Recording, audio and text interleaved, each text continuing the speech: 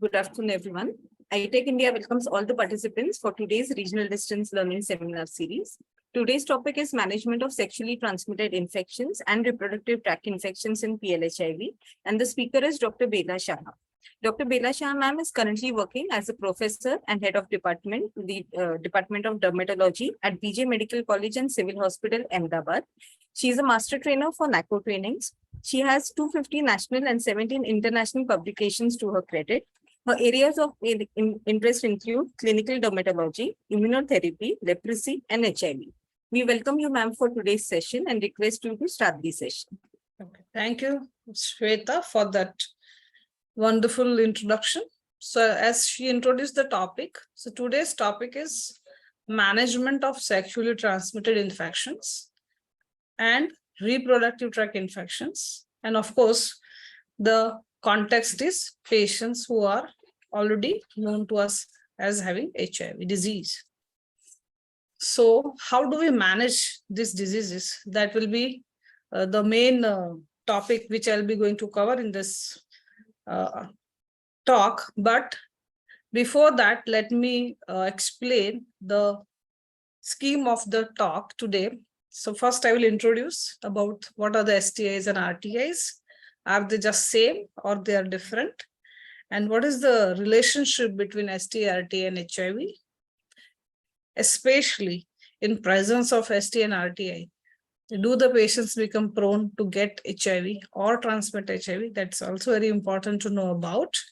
And of course, how do we manage STIs, RTIs? And that is the syndromic approach, which has been launched by NACO way back in 95 or 96.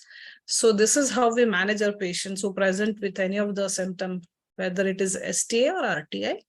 And what are the common syndromes which are included under the syndromic approach? They are urethral discharge, vaginal discharge, ulcer, genital ulcer disease, and inguinal swelling, etc. So these are the common presentations, where the patient will either present with genital ulcer or discharge. These are the two common presentations while we see our patients in STA clinic. So what are sexually transmitted infections and why they're important? As the word suggests, they're sexually transmitted and they're very, very important as far as the public health is concerned. And they're important reasons to address. And these problems are prevailing in India since the history of mankind. And of course, we do see these cases across the globe as well. And right now, WHO is tracking 4 treatable or curable STIs. And which are these STIs? Syphilis, gonorrhea, chlamydia, and trichomoniasis. So who is also tracking and doing research on these 4 curable STIs? And data from STI-RTI control and prevention program suggests that there is significant decline in bacterial STI. If I tell you, when I was postgraduate student in early 90s, so what we were seeing much more patients with syphilis, gonorrhea, chancroid. And after the arrival of HIV, which was first case was reported in 1989, even from India. So gradually what we have been seeing that the viral STIs are just much more common than the bacterial STIs, like herpes progenitalis, condyloma acuminata, or genital warts, and even molluscum contagiosum is being increasingly reported on the genital areas. Of course, for the past few years, we have seen resurgence of secondary syphilis as well. And we have a number of publications on that, even in Indian journals. And we have presented data to even NACO, that we have been seeing syphilis, especially secondary syphilis, increasingly for past many years. Now, of course, the trichomoniasis, the status remains as it is before HIV and after HIV. The incidence and prevalence of trichomoniasis remains same. There is no change. And we have to remember there is significant burden of lower RTI, that is bacterial vaginosis and candidiasis. And these are very common conditions. And many a times, bacterial vaginosis patients remain undiagnosed. And some of the STIs, RTS, I would say all of them, increase the risk of acquiring and transmitting HIV infection by even threefold or even much more higher folds. So that is very, very important to know about. Whether the patient has got discharging STI or RTI or ulcerative STI, the patient is prone to transmit HIV infection with much more higher frequency, and such patient is also liable to acquire HIV infection easily than other people who have normal genital health. So we have to remember what are the factors which will really make them prone to get the STI. How the patient will get STI from infected partner. The infection is transmitted, as I already mentioned, through the open skin, that is sore, ulcer, or erosion, even from discharge, which comes from vagina or from the penis or from the anus or rectum, or for that matter, if the patients are indulging into oral sex, then it is also coming from secretion from oropharynx. Transmission occurs especially during unprotected sex. That is, when the patient does not use condom, naturally, the transmission is very easily and liable to occur. And the sexual act may be penovaginal, can be penoanal, can be even oral. And we all know that transmission of infection can occur from parent to newborn as well. So parent to child transmission. This is very well known in context of HIV as well as in syphilis. And not only that, it can also be transmitted through unserialized medical equipment and transfusion of blood and blood products which are untested. So these are all very well known ways how HIV can be transmitted. And of course, we should also remember certain points related to hygiene. If the poor genital hygiene, coital hygiene, and menstrual hygiene is not maintained, such people are more liable to get STI as well as HIV. And the medical procedures which are done in and around the reproductive area without precaution makes the patients prone to acquire STIs, RTIs, as well as HIV.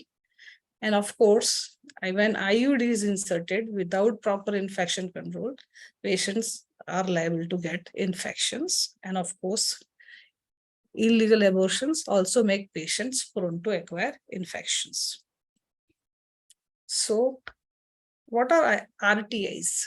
RTIs means they are reproductive tract infections, and they're usually not transmissible to the partners, whereas STIs are both infections, are mostly seen and in and around the reproductive tract area. That means STIs and RTIs, naturally, they are infections of reproductive tract.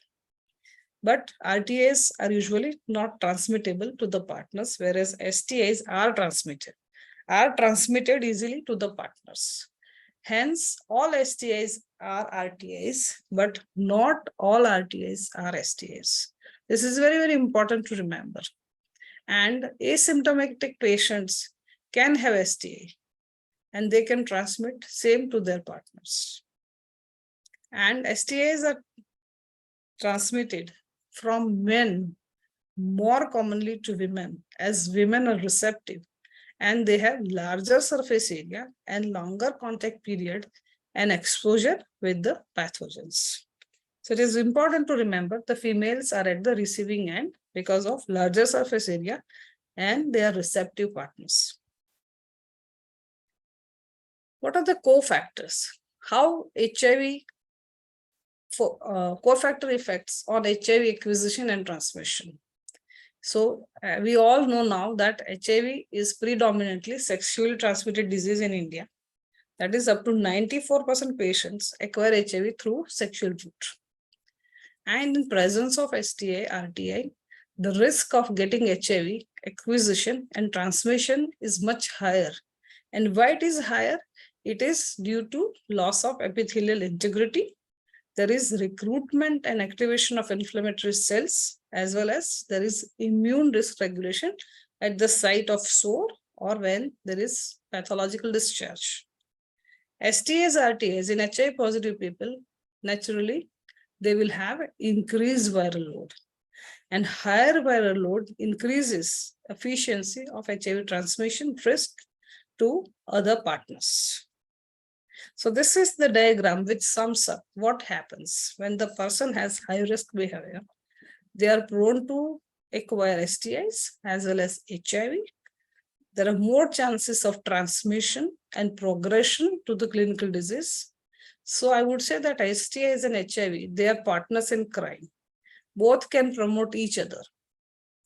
That is because of altered frequency, impaired immunity, and natural history of the disease and susceptibility. So when the patients have HIV and STIs, they are going to have difficult times in the sense that in presence of STI, the viral replication will be much higher. As this article says by Grigori et al., who studied patients of gonorrhea, what will happen to them when they already have presence of HIV virus? So the HIV DNA doubled more frequently when there was presence of even a discharging STI like gonorrhea. So when the patients were treated, what happened? When the treatment was given, this was very beneficial in the sense the urethral HIV DNA replication went down to half, almost the same as those without any STIs. So this is very important to understand. In presence of even in discharging STIs, the viral replication is much higher. So once you treat the patient, naturally the viral replication will come down to the pre-treatment levels. It is very, very important. As we can see in this slide, if the patient has no gonorrhea, the viral load, genital viral load was 19%. And when the patient had gonorrhea, the viral load replication was much higher. It was 44%. And when the patients were treated, the replication of virus came down, or the viral load came down to 21%, which was as good as not having the disease. So it is very, very important to treat such patients. Once we treat these patients, naturally the viral replication will come down. So it is very, very important to treat such patients, whether they have HIV, they don't have HIV. But then it is very, very important to pick these cases as early as possible and treat them. And we have to remember the average effect of STI co-infection on HIV viral load in individuals on ART is minimal. And thus, it is unlikely to decrease the effectiveness of the treatment. So it is very, very important to know what are the signs and symptoms in a female who has STI or RTI. First and foremost, they can have sores or ulcers, blisters, or rash in genital perineal area. They can have itching. They can have swelling in the groin, that means inguinal lymphadenopathy. Patients can have frequent urination. Patients can have dyspareunia, that is pain while having sex. Patient may have dysuria. Patient may have frequency of urine. These patients can have also lower abdominal pain, and they may have excessive or abnormal greenish or yellowish foul-smelling vaginal discharge. These are the common symptoms of STIs and RTIs in women.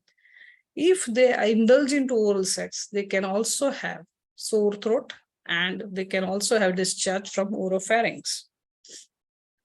So what are the typical signs and symptoms in females who present with STI and RTI? So most common is vaginal discharge. And what are the causes of vaginal discharge? The most common causes are candidiasis, trichomoniasis, and bacterial vaginosis. And for cervical discharge, the etiological agents are gonorrhea, chlamydia, trichomonas, and herpes simplex. Which are the agents which will give rise to lower abdominal pain in female? Again, you can look at the same organisms like gonorrhea, chlamydia, mycoplasma, Gardnerella, and even anaerobes. These are all responsible for PID, which will present as lower abdominal pain in females and backache.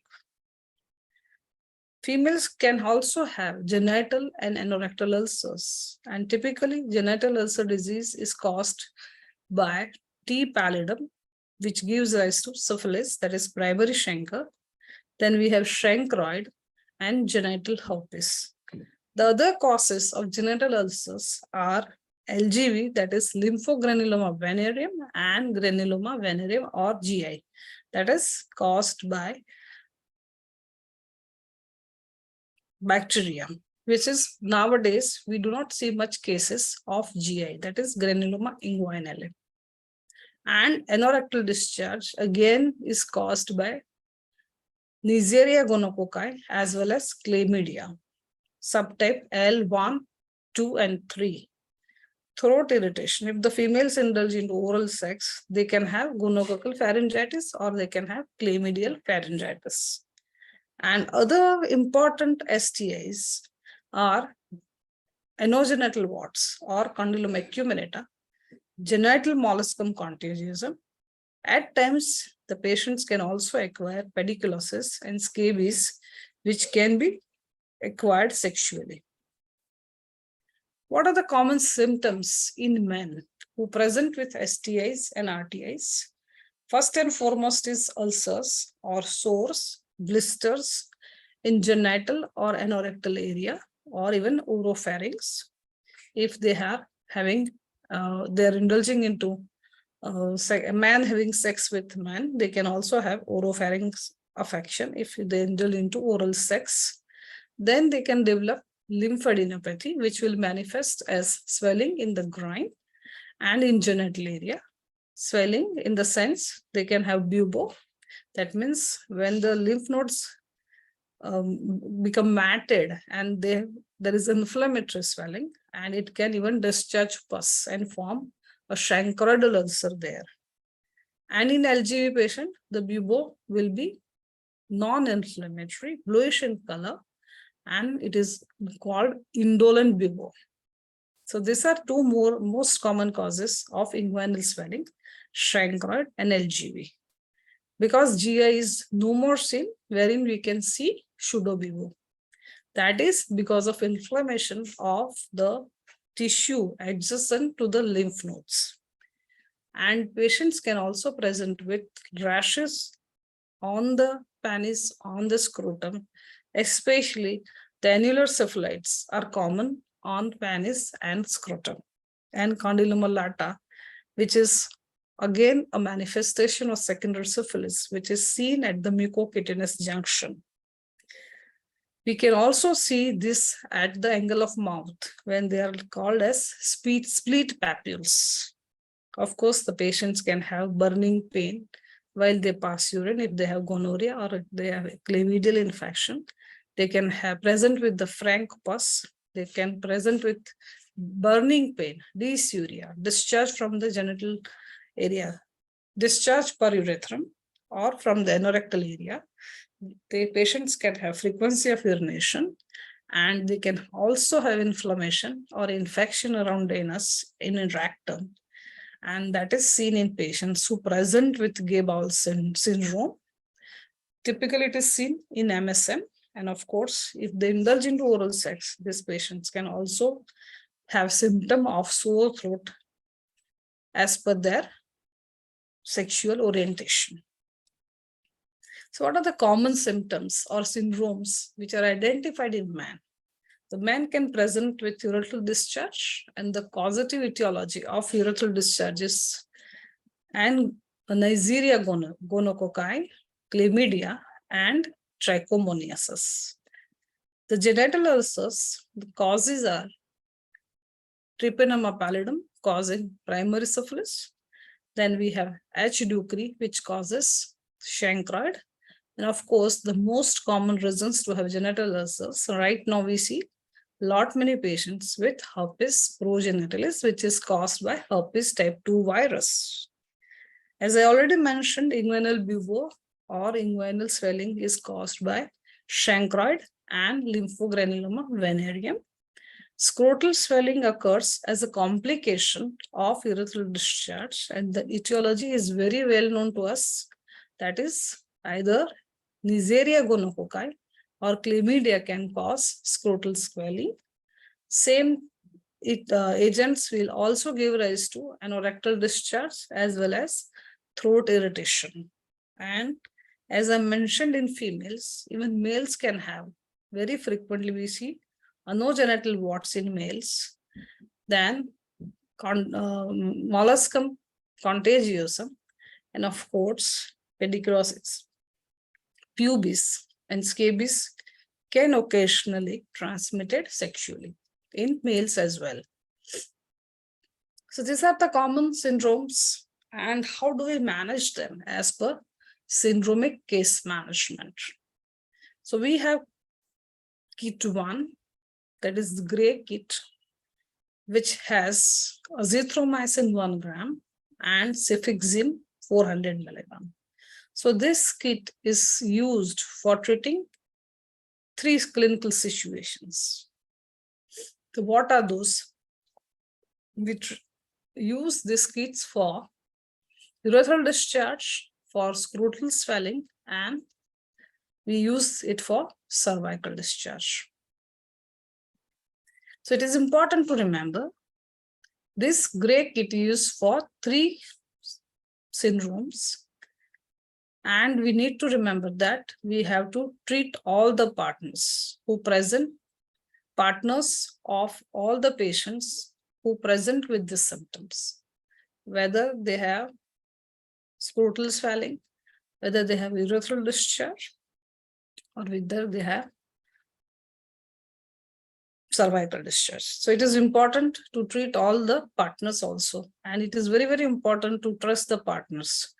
We have to treat the patients, we have to treat their partners as well. Only when the patients of cervical discharge present with the partners who are symptomatic, then and then they will be treated. Whereas urethral discharge as well as scrotal swelling patients contact will be always treated. Of course, we need to remember the recent partners will be treated. That is last 1 month or so. Of course, the kit 2 is used for vaginal discharge, and it contains tablet sacnidazole 2 gram and capsule fluconazole 150 milligram. So we all know the common causes of vaginal discharge. It can be candida, it can be trichomona, or it can be bacterial vaginosis. Now coming to genital ulcer disease, if you are able to diagnose that patient who has come with genital ulcer and he has got primary syphilis, then it is wiser to treat these patients with kit 3, which is white in color, and it contains benzathine penicillin 2.4 million units, and we divide the dose 1.2 million units on each buttock after negative test dose. Remember that kit 3 also contains 1 gram of azithromycin. If the patient is found to be allergic to penicillin, then we have to use doxycycline 100 milligram for 15 days and azithromycin 1 gram single dose, and this is kit 4 and it is blue in color. And we need to remember to treat all the sexual partners for the last 3 months. It is important to trust the partners, and the patient's partners for last 3 months should be treated. So we have to clinically examine the patient. If the patient present with primary syphilis, usually the ulcer will be single, which is not painful.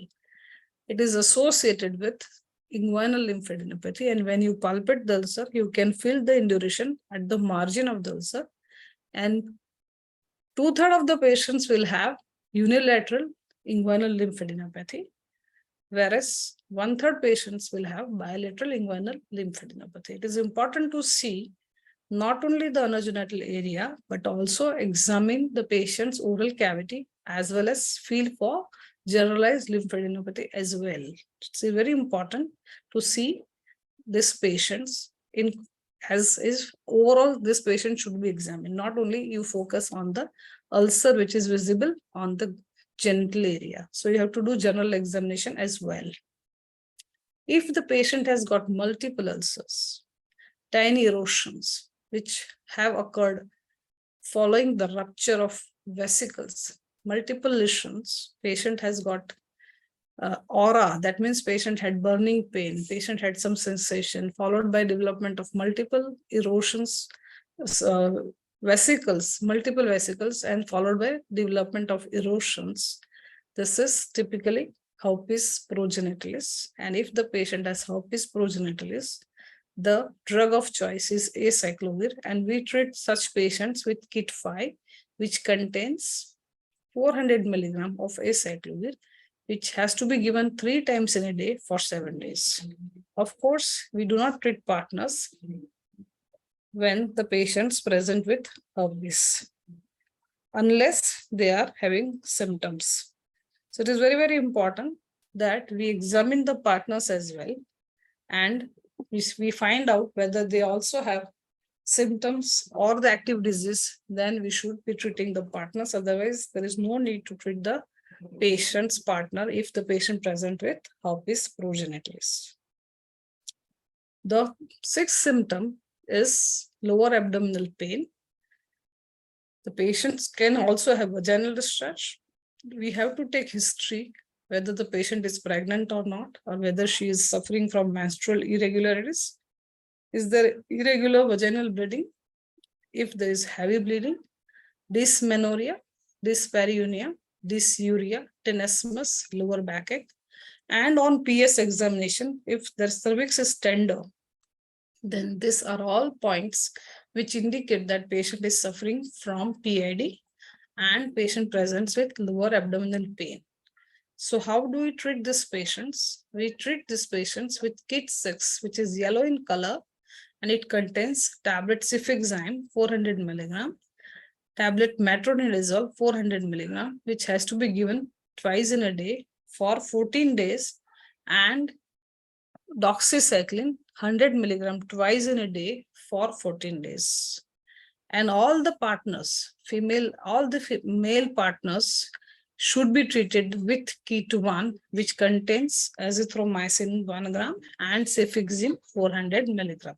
That is kit for urethral discharge. So we should treat all the patient's partner as well when the patient is present with lower abdominal pain. How do we treat inguinal bubo? When there is swelling in the inguinal region, we have to examine the patient. We have the proper history of the patients, whether the swelling has preceded development of ulcer on the genitals or not. That is very, very important. And we have to see whether the swelling is having a lot of tenderness, whether it is about to rupture, does it require drainage or not, and if the patient has got systemic symptoms like fever, malaise, etc. It is very, very important. And at times we'll have to drain the bubo. If it is bubo due to chancroid, we should never drain it from the below. Otherwise, that will form a track, and that sinus will not heal for a long period of time. So the drainage of bubo, chancroid bubo, should be not from the lower side of the swelling. It should be anti-gravity. It should be the above. If you want to drain the bubo, it should be from the top and not from the lower part of the bubo. Otherwise, it will form a sinus tract there. It's very, very important. And at times we have to drain the bubo because it is highly inflammatory swelling. And how do we treat such patients? They will require kit 7, which is black in color, containing azithromycin 1 gram, and doxycycline 100 milligrams twice in a day, and it has to be given for 21 days. And we'll have to treat all the sexual partners of last 3 weeks when the patient presents with inguinal BIBO. So it is very, very important to trace the partners as well. Probably that area is little less looked after, and the success rate is also quite low since I have been in charge of STA clinic for a number of years. So partner management is really difficult, and we'll have to trace them with a lot of patience. So what is syndromic management? It is very, very important. It is a comprehensive medical treatment. That means we just identify the symptom and we give the kits as per the NACO guidelines. And of course, we give the treatment, we forget about it? No. We have to ask patients to come for follow-up. We have to see the clinical response. We have to see their blood reports as well, and we have to see whether the symptoms have subsided or not, or they are persisting.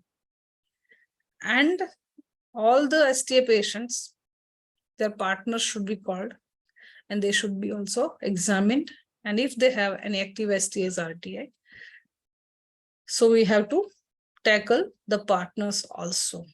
But if the patient presents with RTI, we may not require to ask them to bring in their partners, right? Unless the partner is also symptomatic. So it is very important, and we have to take the history, thorough history. We have to ask the history, and we have to take out the correct information from the patients so as to treat the patients of STIs and RTIs. Now, of course, we have to rule out presence of other STIs, because this is very common. Patients can present with one or two STIs together. This happens very frequently. Patients can have more than one STI. Now, of course, all the patients who present with either discharge or ulcer, they are all referred to STA clinic, and they have to undergo HIV testing and counseling. This is mandatory as per the NACO guidelines, and all the patients are counseled and they are educated on safe sexual practices, how they can reduce the risk, and how they can really modify their behavior. So this is very important aspect of STA clinic, wherein the patients are regularly being counseled on these three aspects. It's very, very important. They're counseled, and how they can reduce the risk. And at the end of the counseling process, the counselor also provides condom, and how to use it, that is also being demonstrated by the counselor. And many a times a counselor will show the clinical picture of the ulcer or the symptom and sign which the patient is suffering, so that patient can relate what clinical situation he is going through. It's very, very important to make them understand that this is very important disease which needs treatment. At times, when we tell them this is sexually transmitted infection, many of our patients run away. So it is very, very important, and we have to be patient and talk to the patients in a manner so that they can understand the significance of the disease, and they can undergo the proper treatment as well as lab tests. And of course, the test which we do is RPR and HIV testing. That is as per the NACO guideline. So what are the steps? What are the essential steps of STI management? So as I already mentioned, history taking has to be thorough. Then we examine the patient. Again, while we examine the patient, it is important to provide a privacy to the patients. So whenever we talk to the patients, we have to provide them privacy, and we don't ask and examine the patient in front of 2-3 patients who are sitting around us. So it is important to give them privacy and ask the questions, relevant questions, and try to get the correct information from them. So it is very important to examine not only the genital area, but also other body parts, as I already mentioned, and then enlist their clinical sign and symptom as per the syndromic diagnosis, as the syndromic flow charts are available in all STI clinics and also in ART centers. As I mentioned, what tests we perform is RPR and HIV. At times, we perform more tests because we are in medical college and we try to do more investigations since we have access to such investigations. And at the end of the day, what is important to do is to provide effective treatment and early treatment. And all the syndromic case management therapies mostly are single dose and they should be directly observed.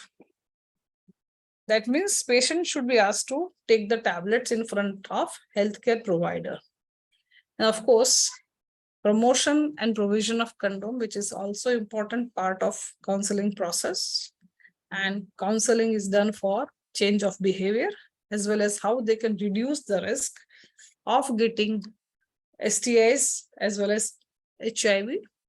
And of course, every patient of STI is subjected to RPR as well as HIV testing. And before we do testing for HIV, there is pre-test counseling, which is mandatory to do. And then we can withdraw the blood for HIV testing.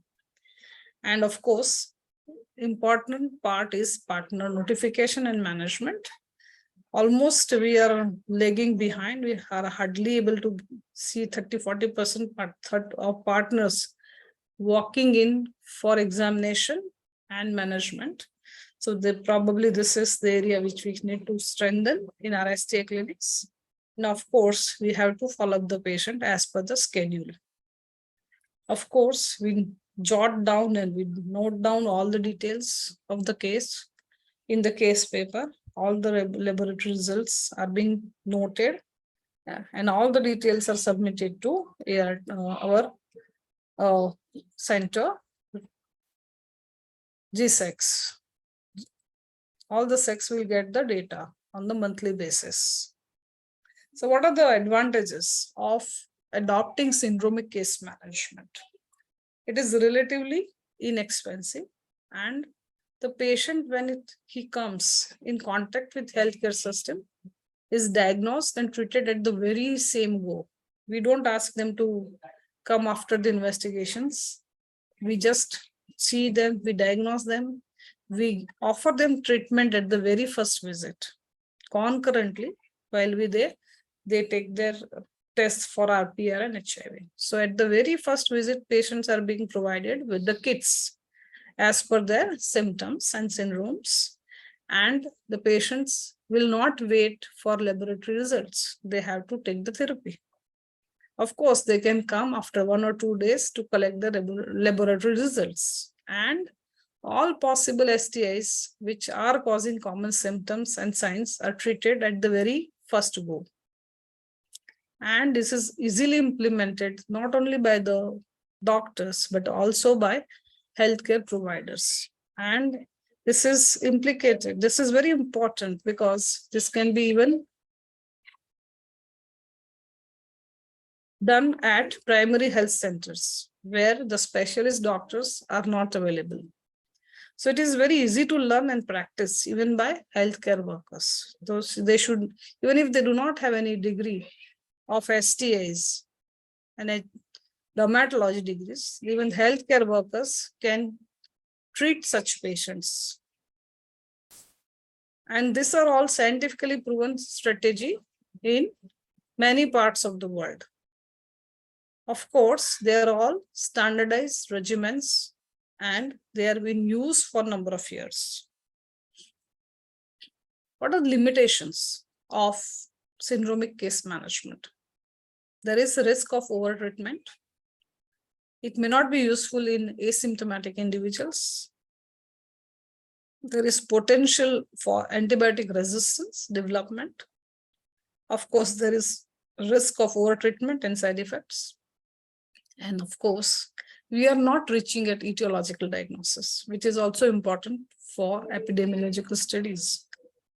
And it has got poor specificity and sensitivity.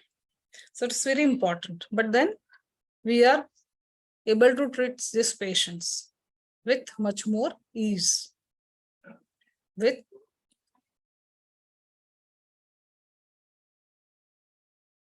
So now coming to the first syndrome, that is urethral discharge. So what are the causes? Urethral discharge is caused by gonorrhea and chlamydia, most common causes. And there is history of exposure or unprotected sex, usually a week prior to the complaints of purulent urethral discharge. When you see frank purulent discharge, most of the time it is gonococci which cause this purulent discharge. And when we make gram stain, we can easily see the gram negative cocci under the gram stain. It is very easy to pick them up. So this is a simple test which we can always do in our OPD in a side lab, and it's very easy to perform. So in STI clinics, it is easily done, but not it can be done everywhere. And it's a medical college, so it is easy to do, and we can see the gram negative gonococci, which are diplococci. Of course, chlamydia is the other common cause of urethral discharge, and discharge can be serosanguinous, and the quantity of the discharge can be scanty or copious. And at times when the patient visits the center, patient has no discharge. So what we do milking of urethra. We try to milk the urethra from the dorsal surface, and we are able to see the discharge, and then we can make the gram stain. And this syndrome has the shortest incubation period, which is 1 to 7 days. And it is very important to remember that this is a proxy of STI incidence, and it warrants epidemiological investigation to take site-specific intervention. So it is very important if we see the patient who presents with urethral discharge. So if it is seen in patient is already PLHIV, that means what? It is a surrogate marker for incidence of STI, and it denotes that the patient is not using condoms, and they think that ART is taking care of all his ailments, and there is no need to continue protected sexual practices. So they will forget that there is no need to use condom because they are already taking ART. But ART will not give them immunity against getting the STIs. So it is important to reiterate the fact that what are the safe sexual practices which these patients have to follow. Very important. And of course, what else does it suggest? That suggests even changing sexual behavior of PLHIV community and the presence of infectious case in community. So it's very, very important to remember that when a patient presents with gonorrhea or urethral discharge, at least in context of PLHIV, it has far more implications than just simply providing this patient with kit number 1. So what are the complications of urethral discharge?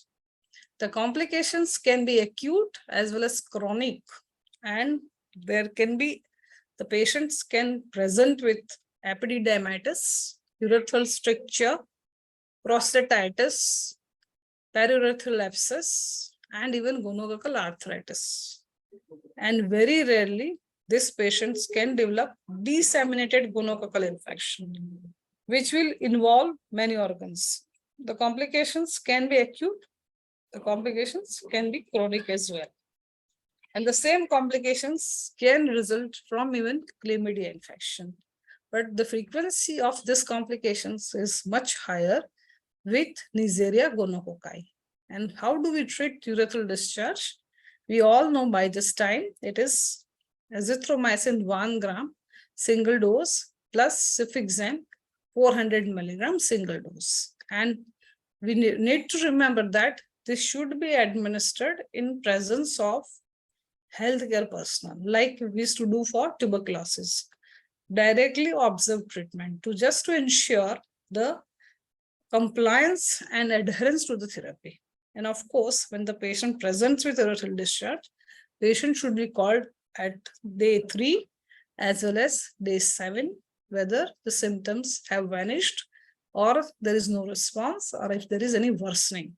So it's very, very important to examine these patients even on day 3 as well as day 7. And it is important to trace the partners and offer treatment if we can really trace the partner. And of course, counseling is very, very important. Patients should be advised to use condoms, or ideally, they should observe abstinence for a week. So this is also important syndrome or symptom which is included in syndromic case management is scrotal swelling. And it results from untreated or improperly treated urethral discharge. This is complication of urethral discharge. And the causes of urethral discharge common are gonococci and chlamydia. The patient will present with pain and swelling in the scrotum. And as I mentioned, the two common etiologies, and we should keep in mind other differentials also, like tuberculosis, filariasis, pseudomonas, and even mumps infection, which can give rise to scrotal swelling. And of course, we have to take proper history to rule out non-infectious causes and do proper examination to rule out hernia or hydrocele, whether patient has got testicular torsion or even testicular tumors. So how do we treat the patient who presents with scrotal swelling? So patient will have swelling and pain. There will be burning while the patient passes urine, and patient can present with malaise, fever, and there can be preceding history of urethral discharge.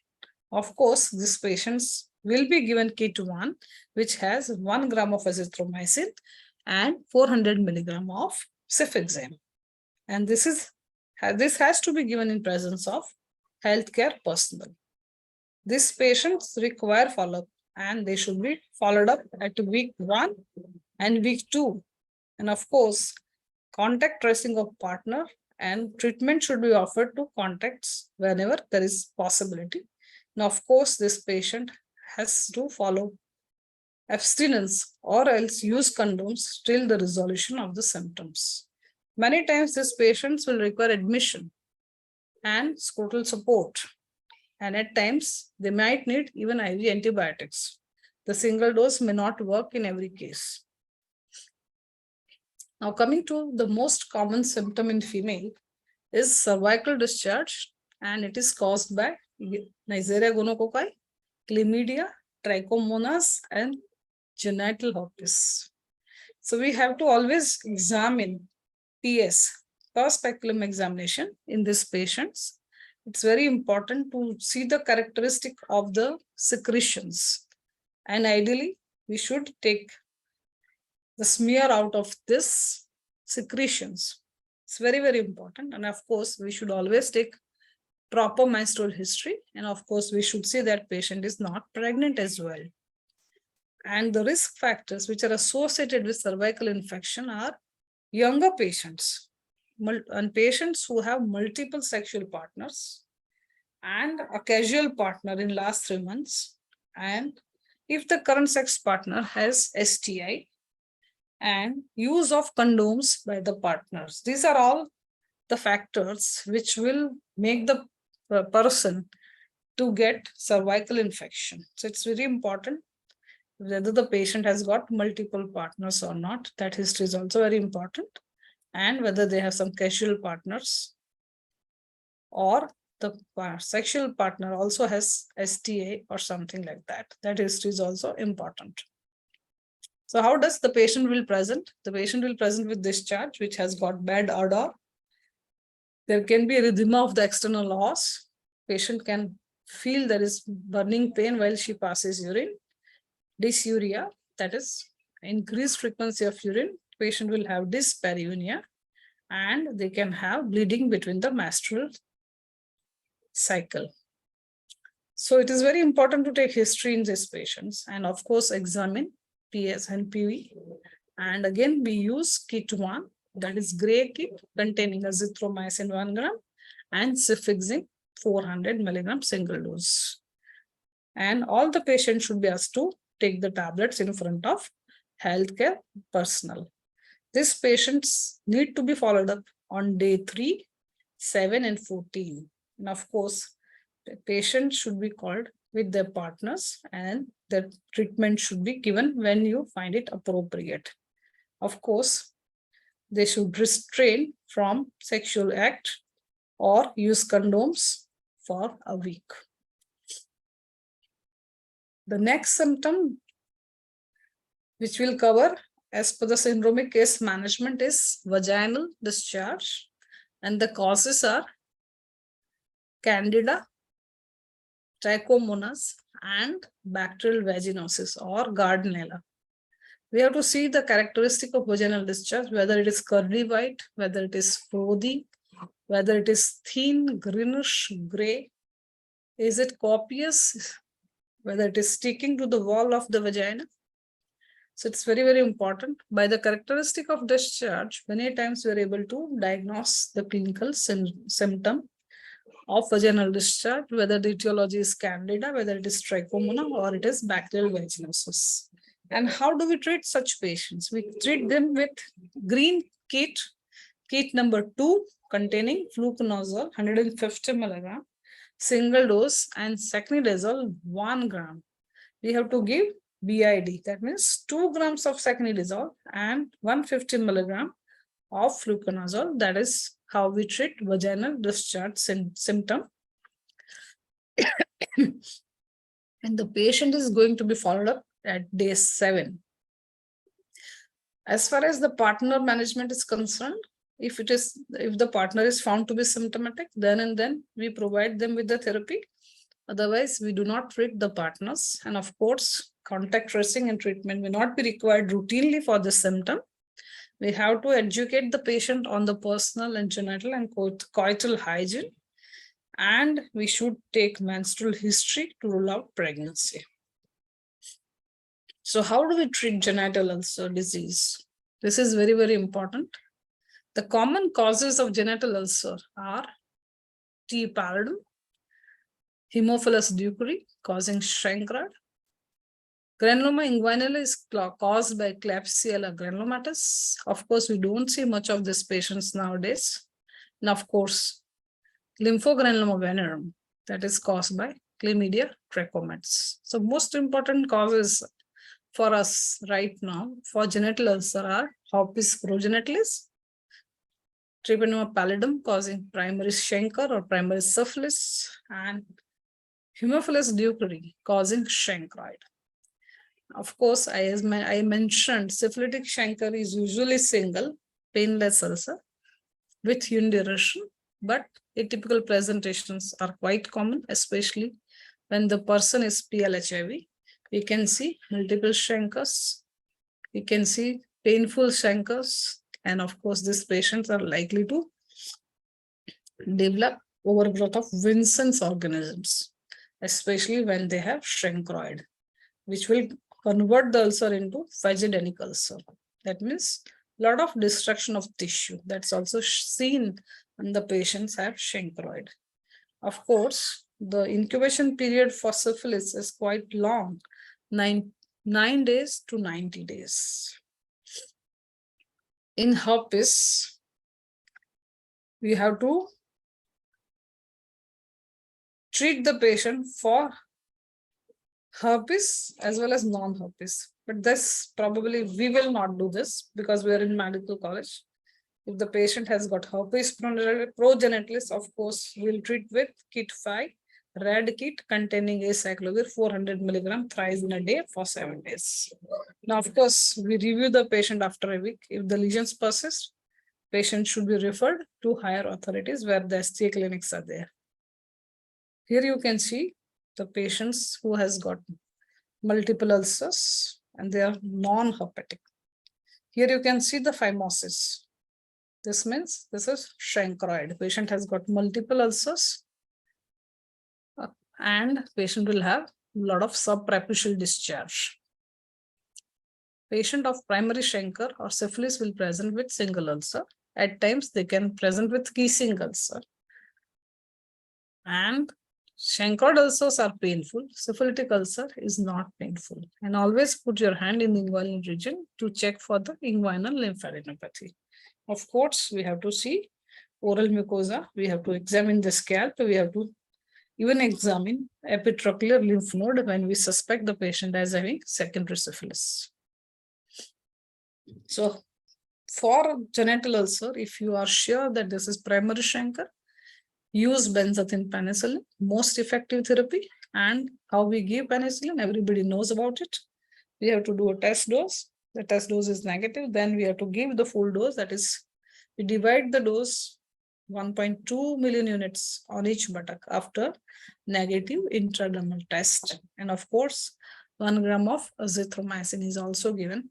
And this is kit 3, which contains injection benzathine penicillin. If the patient is allergic to penicillin, then we give kit 4, that is doxycycline, 100 milligram for 15 days and azithromycin 1 gram single dose. We have to avoid kit 4 in pregnant women. That is, we know that the tetracycline have definitely effect on the fetal bones and teeth, and hence it is not given in pregnancy. So it is better to give penicillin to pregnant lady who has got syphilis. And most of the time we have seen they are not allergic. Most of them tolerate penicillin very well. So it is important that we use penicillin as if we are sure that patient has got primary syphilis or secondary syphilis. It is important drug for syphilis rather than using kit 4 for these patients.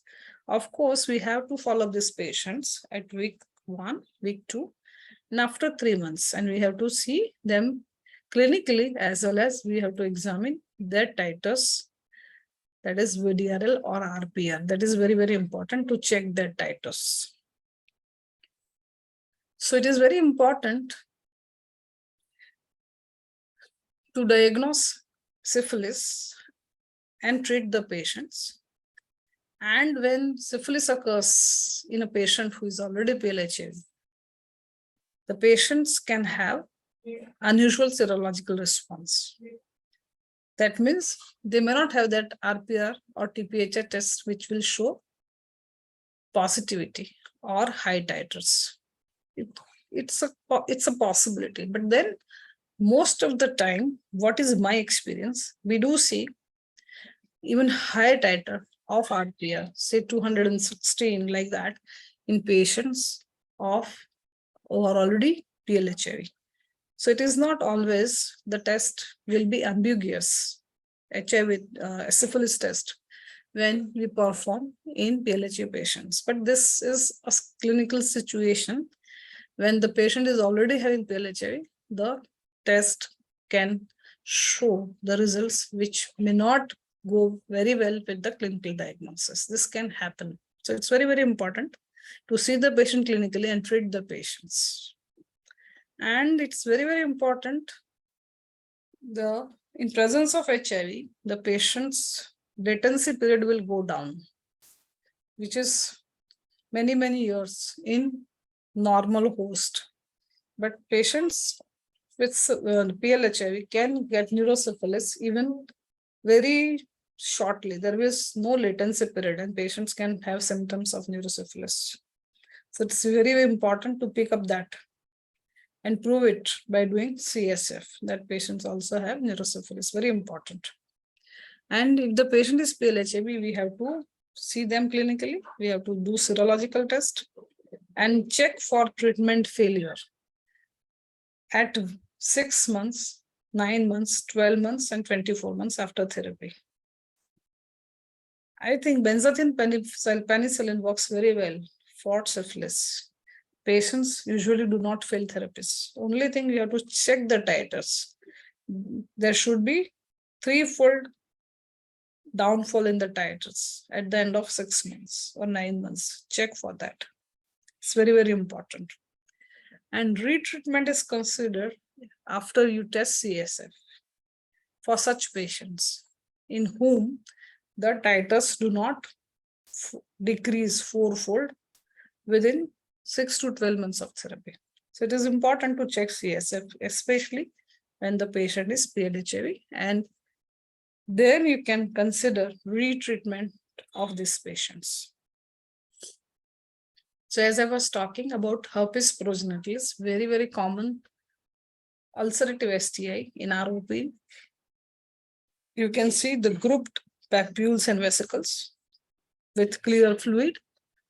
When they rupture, they form annular or serpiginous erosions. Very common. This is very common disease, and this has tendency to recur. The patients can have 6, 8 recurrences in a year. These patients are also very, very common. And the patient is PLHIV, the recurrences are seen with much more increasing frequency. There are usually prodromal symptoms like tingling, numbness, something like that. The patients will also know that now he will develop herpes lesions on the glands.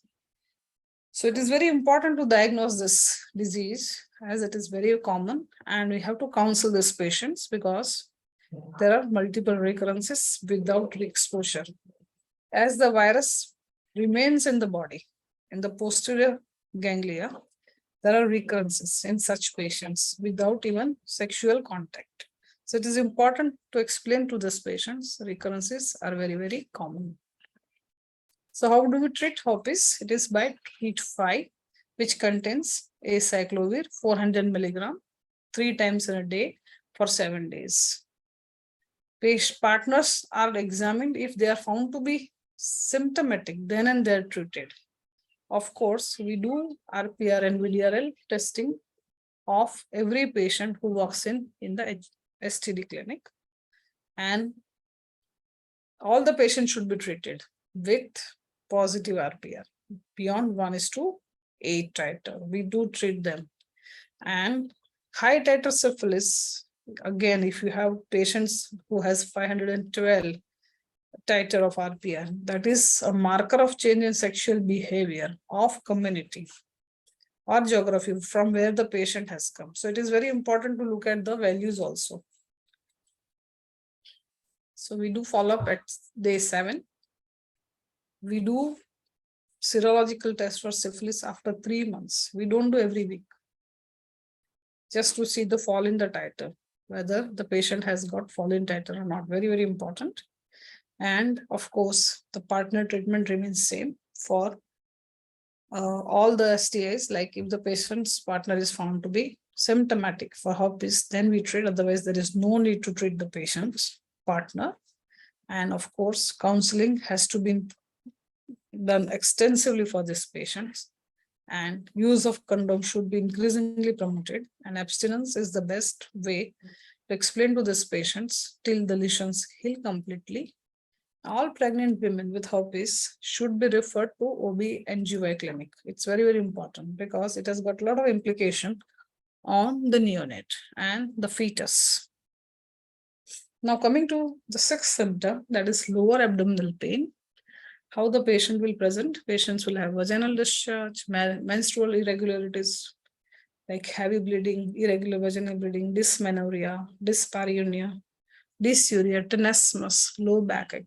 And of course, patients can have fever, which can be low grade, high grade. And on PS examination, there will be tenderness on cervical motion.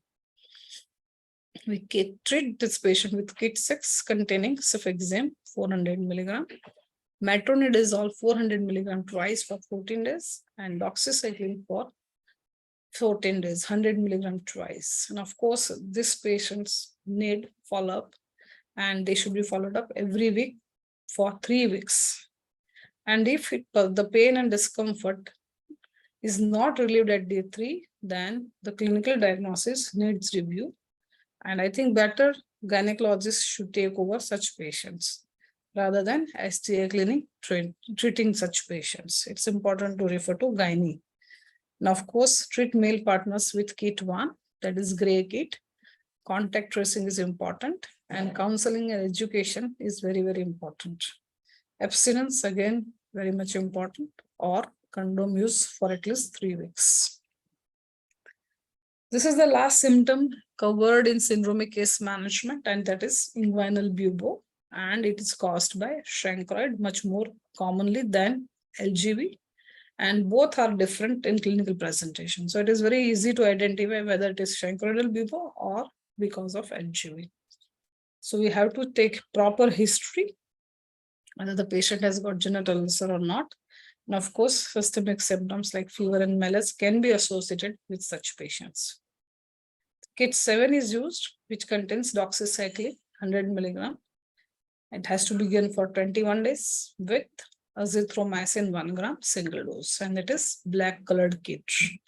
These patients need follow-up at week 1, 2, and 3, third week. Every patient, we have to do contact tracing. Of course, if they require treatment, treat them.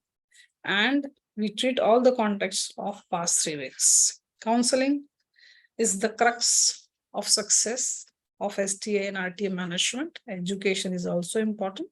And how to follow the safe sexual practices should be taught to each and every patient. And of course, we should also promote the benefits of abstinence if we can. We have the skill of doing so. As I mentioned earlier, we need to aspirate the bubo if it is very large, and before it shows signs of rupture by itself. And we should avoid formation of sinus, as I already mentioned previously. So a lot of complications of STI in women, men, as well as in the newborn. So women and men both can have infertility, they both can have sterility, risk of HIV transmission, and late stage of syphilis can affect heart and brain, that is neurosyphilis and cardiosyphilis. And of course, disseminated gonococcal infection can occur in male as well as in females. And women can have miscarriages, ectopic pregnancy, and of course, increased risk of cervical cancer because of HPV infection. And complications of men we have already seen while I talked about urethral discharge. Even the newborns are not spared, and we have seen 2-3 cases of neonatal syphilis or congenital syphilis, as we call it. Ophthalmia neonatal, which is not very common, that is complication of gonorrhea. And of course, newborn can have laryngeal papillomatosis due to human papillomavirus if the mother has got condyloma acuminata. Here you can see the viral warts or anogenital warts. The etiology is human papillomavirus, and we can see either soft, painless varicose lesion, which is vascular or keratotic. So there are 2 types of warts. One is keratotic, one is vascular. You can see the growths here on the glands. You can see when perianal lesions, and you can see the vulvar warts. And most of these warts disappear after initiation of ART if they are small in size, but such large warts will not disappear. Remember that. Here you can see your own patient who had multiple warts on body, and he was on ART, and you can see few of the lesions disappeared after almost 6 years of ART. So we have to do the diagnosis of condyloma acuminata properly, and we have to differentiate it from LATA and molluscum. That's very important. And how do we treat anogenital warts? We freshly prepare podophyllin solution, 20% in tincture benzoin.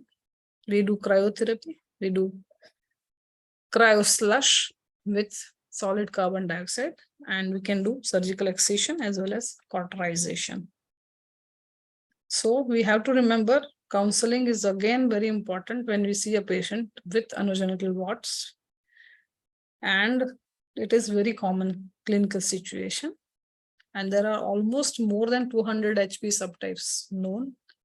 Few of them are oncogenic, very important, 6, 11, and certain more types are oncogenic. That means they can cause cancers, especially cervical cancers and penile cancers. Very important. And we have to treat these patients.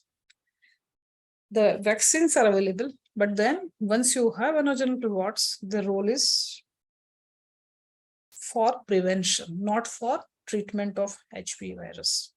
So it is not meant for patients who presents with anogenital warts. It is only when it is used as prophylaxis, while the it is given in adolescent before the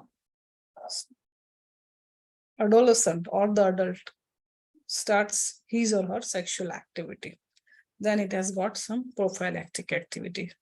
But once the patient presents with what, the virus HPV vaccines do not have any therapeutic value.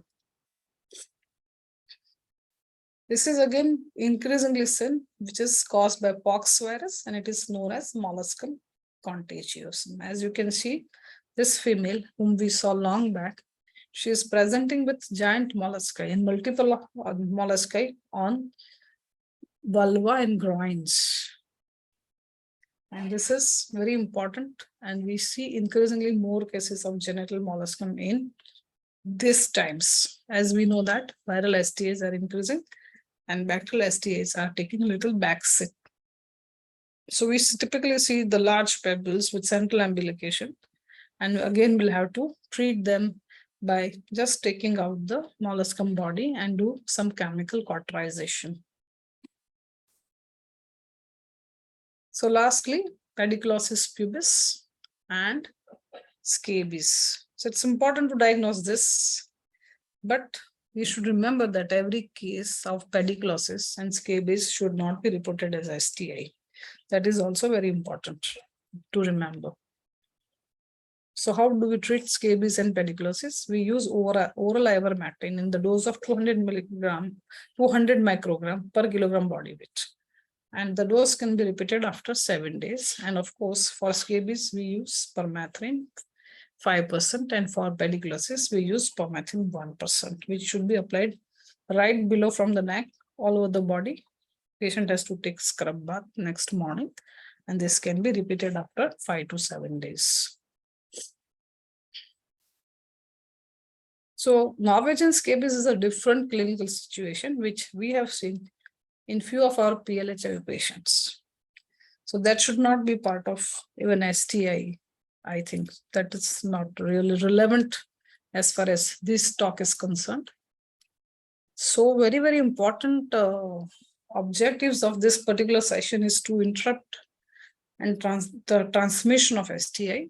We have to diagnose early and give appropriate treatment to the patients. And of course, we have to prevent the complications and sequelae of STIs, and there are many.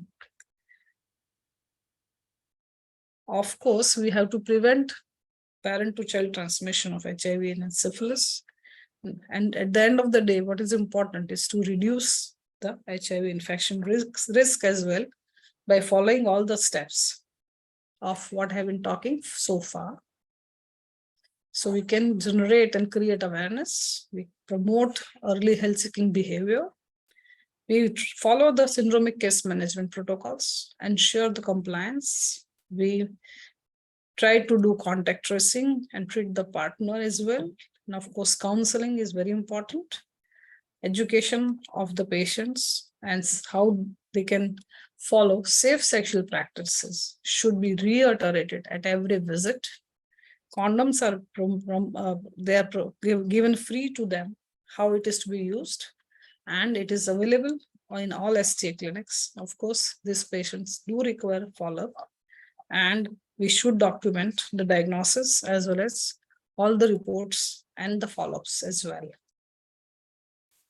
So it is very important to promote condom as a barrier protection. Of course, the number of condoms distributed by social marketing programs, how they can be increased. The free condoms are distributed through many STI clinics, ICTC center. There are vending machines, even in hospital, in our hospital campus itself. So where the people are taking their cup of tea or something like that, there also there are vending machines. And of course, for MSM and transgenders, it's very, very important how they can have the access to condoms and lubricants. They should be also made to understand, and they can utilize these facilities which are available for free. And of course, by social media, the television, and this they can also advertise, and they can also increase the number of commercial condoms which are being sold so as to protect the patients or the clients from getting STIs. Very, very important.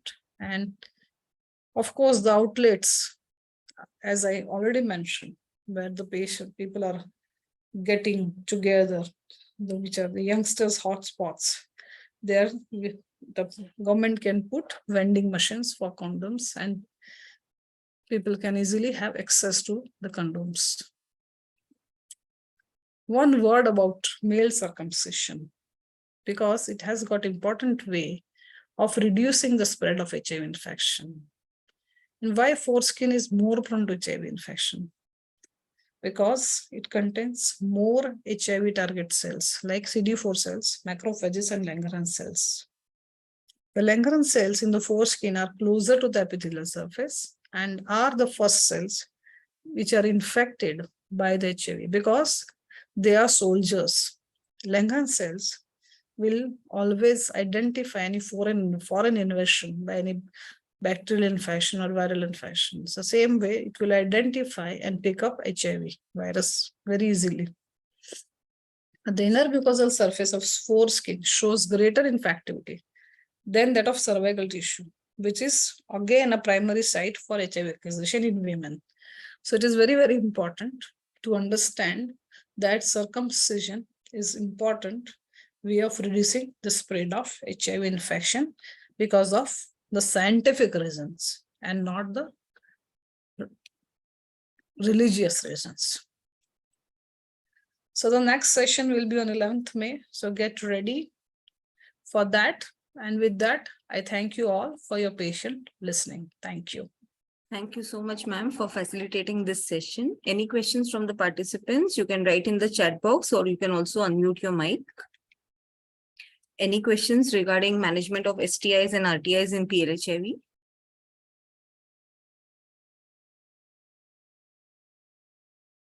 Ma'am, I don't think there are any questions. Can I quickly run the feedback form, please?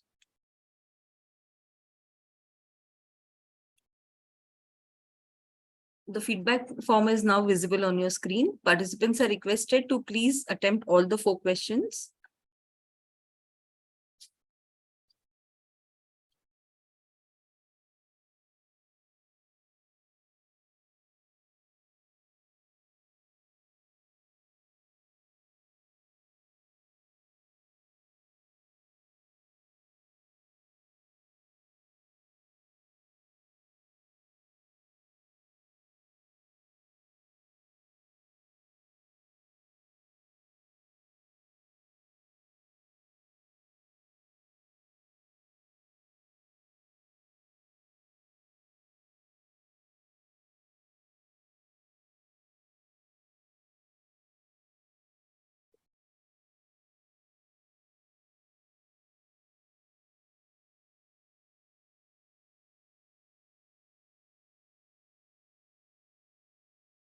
Once again, thank you, ma'am.